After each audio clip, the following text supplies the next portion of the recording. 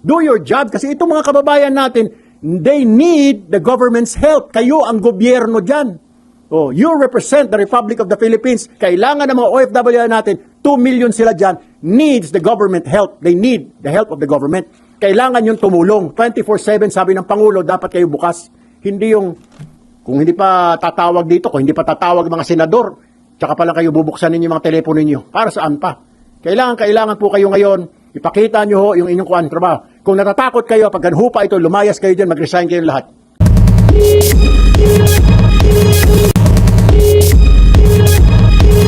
Do your job kasi itong mga kababayan natin, they need the government's help. Kayo ang gobyerno dyan. Oh, you represent the Republic of the Philippines. Kailangan ng mga OFW natin, 2 million sila dyan, needs the government help. They need the help of the government. Kailangan yung tumulong. 24/7, sabi ng Pangulo, dapat kayo bukas. Hindi yung, kung hindi pa tatawag dito, kung hindi pa tatawag mga senador, tsaka pa lang kayo bubuksan ninyo mga telepono ninyo. Para saan pa? Kailangan po kayo ngayon, ipakita nyo ho yung inyong trabaho. Kung natatakot kayo, pag ganhupa ito, lumayas kayo dyan, mag-resign kayo lahat. Wala naman kayong mga silbi. Sir, sa hearing lang po, you mentioned po kasi UN Senator Raffy mentioned na may mga complaints po kayong na-receive from OFWs na hindi makontakt yung hotline, nahirapan sila to reach to government officials there. Sir, gaano kalawak yung gravity ng problem na yun? How many complaints has your office received? Si Senator Raffy actually ang naka-receive ng maraming complaints. Ako naman po, I believe around Monday, may kaibigan po ako na who used to work po, we used to work together sa isang network. Nandoon na po ngayon sa Dubai. Gusto niyang umuwi, tinatawagan niya po yung numbers na pinost ko pa naman po, yung DFA numbers po sa Facebook ko. Ano tinatawagan niya, sabi niya, boss, hindi po namin makontak, wala po sumasagot kanina pa. Sabi ko, ilang beses ka nag-try? Sabi niya, kanina pa. Sabi ko, anong oras na dyan? Sabi niya, 6 ng umaga. Gusto namin, naghahanap kami kung saan namin pwede kaming mag-shelter. Wala doon sumasagot. Sabi ko, try again another hour. So, tinawagan niya, mga alauna ng hapon dito, doon, mga 7 ng umaga. Wala pa rin. So, I was forced to call Secretary Lazaro. Sabi ko, Sec, mukhang wala sumasagot doon sa mga hotline ninyo, particularly sa Dubai, wala sumasagot. Sabi ko, what happened? Sabi, sige, I will call them up.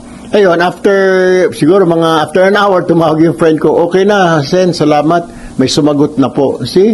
Yun yung isang example. Ako mismo nakatanggap. Pero kay Sen Raffy, nag-email sa kanya, sa Facebook niya, marami sila na, ano ba ito, walang tao, tapos wala pampasok yung report ni Sen Raffy. In that instance, sir, did Secretary Lazaro say kung bakit hindi makontakt yung hotline na yun? Hindi ko na po siya ginambala kasi talagang full po yung kanyang mga kamay. Ang dami po niyang ginagawa. May mga report po siya na binibigay, sinasabit sa Pangulo every hour na ho yata. Tapos coordinate po siya sa DMW. So hindi ko na ho ginambala. Pero pakiusap lamang ho natin doon po sa mga kababayan natin. I am sure within the next few hours mababasa po nila itong mga reports ho ninyo. Kung kayo po ay mga tiga DFA dyan, tiga Embahada, kayo po ay tiga DMW, kayo po ay OWAP, parang awa nyo na. Kayo po, nga ang takbuhan ngayon. Kayo po ang representative ng gobyerno natin. Trabaho nyo dyan, asikasuhin ninyo yung mga kababayan natin. Kailangan nila ng moral support at this very moment. Ngayon, kung tatawag sila sa telepono at wala kayo dyan, ano na lang? Di ba? Paano na lamang ho? Magtatanong sila, gusto na namin evacuate, wala silang makausap. Sino kakausapin? Nakaka-demoralize. Takot na takot ka na nga dahil may mga bomba dyan. Gusto mong hingi ka ng tulong sa gobyerno. Nakakahiya naman. This should be your shining moment. Kayo dyan sa DFA, DMW at saka OWA sa ibang bansa. Kailangan kayo ng mga kababayan natin. Gawin ninyo ang trabaho ninyo. Hindi yung magpasarap-sarap lang kayo dyan nung walang gera, nandiyan kayo sa Dubai, pasyal dito, pasyal doon, may mga allowances. Ngayon, gera na, kasama sa trabaho ninyo yan. Yan yung sinasabing hazards of your trade. Ayan yung mga delikado. Ngayong giyera, mawawala kayo? Sumagot kayo, wala tayong magagawa. Baka tamaan. Yan ang trabaho ninyo, di ba? Baka tamaan ng bomba ang embahada. Wala tayong magagawa. That is your job. Oh, do your job. Kasi itong mga kababayan natin, they need the government's help. Kayo ang gobyerno dyan. Oh, you represent the Republic of the Philippines. Kailangan ng mga OFW natin, 2 million sila dyan, needs the government help. They need the help of the government. Kailangan yung tumulong. 24/7, sabi ng Pangulo, dapat kayo bukas. Hindi yung, kung hindi pa tatawag dito, kung hindi pa tatawag mga senador, tsaka pa lang kayo bubuksan ninyo yung mga telepono ninyo. Para saan pa? Kailangan po kayo ngayon, ipakita nyo ho yung inyong trabaho. Kung natatakot kayo, pag ganhupa ito, lumayas kayo dyan, mag-resign kayo lahat. Dahil wala naman kayong mga silbi. I understand, natatakot lahat po tayo. Pinili nyo ho yan eh. Hindi ba ninyo naisip yan? Nagtrabaho kayo sa DFA, hindi nyo nakita, baka magkagera. Pumasok kayo sa DMW, na-deploy kayo dyan. O, pumasok kayo sa OWA, madideploy kayo sa abroad. O may gera. Ano ngayon? Pati kayo magtatago. Wala tayong magagawa. Yan ang trabaho na pinili ninyo, so panindigan na ninyo. Magtrabaho kayo ngayon, kailangan kayo ng mga OFW. Magpupush po kayo ng accountability doon sa mga hindi nga makontak or ginagawa yung trabaho nila na personnel. Tomorrow po, official. yun po yung itatackle po natin. Will be, kasi babalik po sila dito bukas ang DFA, ang DMW and OWA.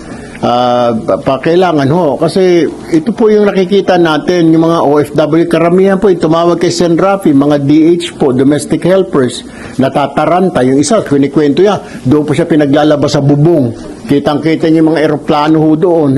Gano'n lang katakot, di ho ba? So that's what we're saying. Pag tumawag, kailangan bukas mo yung linya mo para may matawagan, di ba?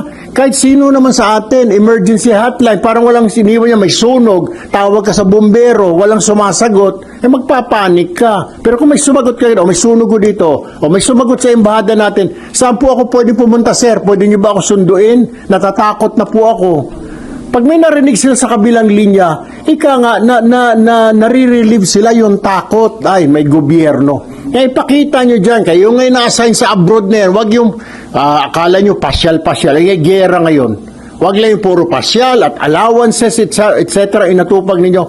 Gawin ninyo ang trabaho nyo ngayon, ipakita nyo ngayon. Kailangan kayo ng mga kababayan natin, kayo ang nilagay ng DFA, nilagay ng DMW dyan, magtrabaho kayo ngayon. May assurance na as we speak from the heads of agencies na kikilos kasi napakalawak yung area sa Middle East na apektado. Opo, meron po silang, that's what they're doing right now. Sila Secretary Kakdak, sila Secretary Lazaro, pati yung Tiga-OWA, sila Piwi. They're working 24/7 round the clock. Ito ang problema sa atin. Dito sa taas po, kumikilos lahat. Pero paano yung sa baba? Paano yung sa frontline? Wala pong iniwan yan sa isang sa gera. Yan, gera po. Yung mga general dito, lakad, nagbi-briefing lahat. Yung mga, paano ko yung sundalo mo doon, wala pala, nakaupo lang, ayaw na lumaban. Kailangan po sila eh. Sila po yung nga pinaka-importante dito. Kahit ano ang bigay na instruction dito sa taas, kung yung sa baba hindi kikilos, paano na lang humakakatulong yung mga yan? Di po ba? Anyway, maraming salamat po. Magandang umaga po sa inyo. Mamaya po may sasabihin pa ho yata din si Senator Rafi. Thank you.